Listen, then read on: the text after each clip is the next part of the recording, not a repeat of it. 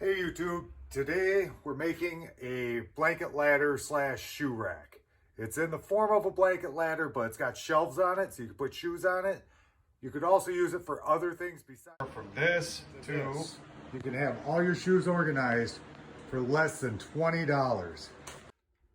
I'm only going to do one cut on camera. I want everybody to wear their safety gear, glasses, earmuffs, hearing protection, eye protection. Your eyes don't grow back. Your ears won't get better if you lose your hearing. It doesn't happen. You get older, it'll get worse anyways. I'm going to be running the shop vac through the Cyclone, and I'm also going to be running the saw. This is all high decibel. Don't risk any of your safety. So I'm only going to do one cut on camera. I will have all the pieces sitting here to show you what's going on, and we'll go from there. So first things first, we put on the earmuffs. We turn on the vacuum, we have the saw, make sure everything's squared up. Try not to lose a finger, keep your hands clear.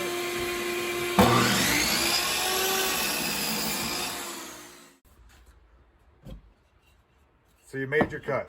You have two pieces, 22.5, you flip it over, it's identical, and that's where you're just gonna draw your line from. I still have it sitting in my miter saw, and I'm doing that for the specific reason of, now if I wanna draw my line, I'm square here. I'm tight against here, I'm square, it makes it easy.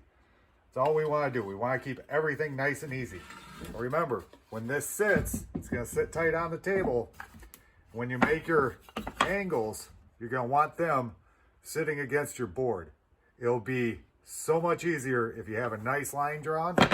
And the way we're going to draw that line,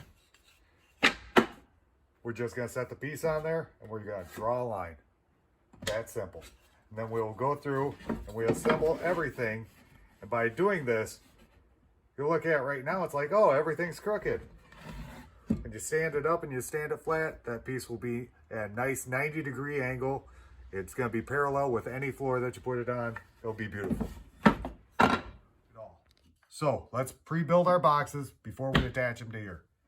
Here I am assembling the boxes. All I'm doing is lining up the backboard with the two side boards. I'm pre-drilling every board before I put a screw in it. We don't want anything to split out. Then I just repeat the process for every single step as it moves forward, going all the way up. As you can see, I have my boxes built. I have my board sitting on top. We drew lines on our boards earlier. See if I can get that on there. There we go. Drew our lines on our boards earlier because there's a reason behind that. Our drill will not fit in between. It looks like it does, but the drill bit's actually sticking up. We can put our screws in from the outside. It'll be fine. Think about what you're putting on here. You're just putting shoes on here, so it's no big deal, right? Let me just sink in a couple of screw holes. And now I just felt all the stuff on the other end move. Just fine. I'm not working on the other end. I'm working on this end. I lost my screws. There's my screws. All right. So I'm going to put in my first couple of screws. I'm flush on top. I've got my line here that comes across. I can see everything. You can probably see everything way better than you guys can. Lack of space on the countertop for the camera to move. I just line up my next piece, drill a couple of holes, and away we go. So this is the finished product, i.e. it needs to be sanded, it needs to be painted, it needs to be stained, whatever. Do whatever you want with it.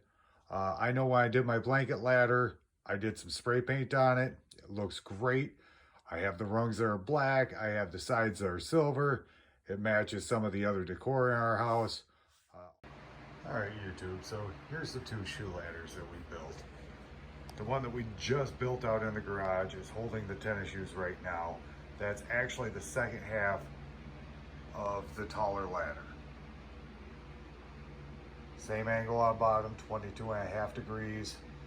It's the opposite boards. I had the scrap plywood that I made my shelves out of. You can use the bottom half of the board. You can make these any size you want.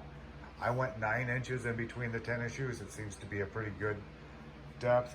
Now all the shoes I had on the floor are now on a rack. I'm gonna move the smaller one to a different spot in the house, by a different door, by a different spot where we won't kick on it. That way it's not hindering a cabinet. The other one is staying where it's at. It's not blocking anything, it's out of the way. And quite honestly, we've had way more shoes there than that sticks out, so this is gonna be perfect.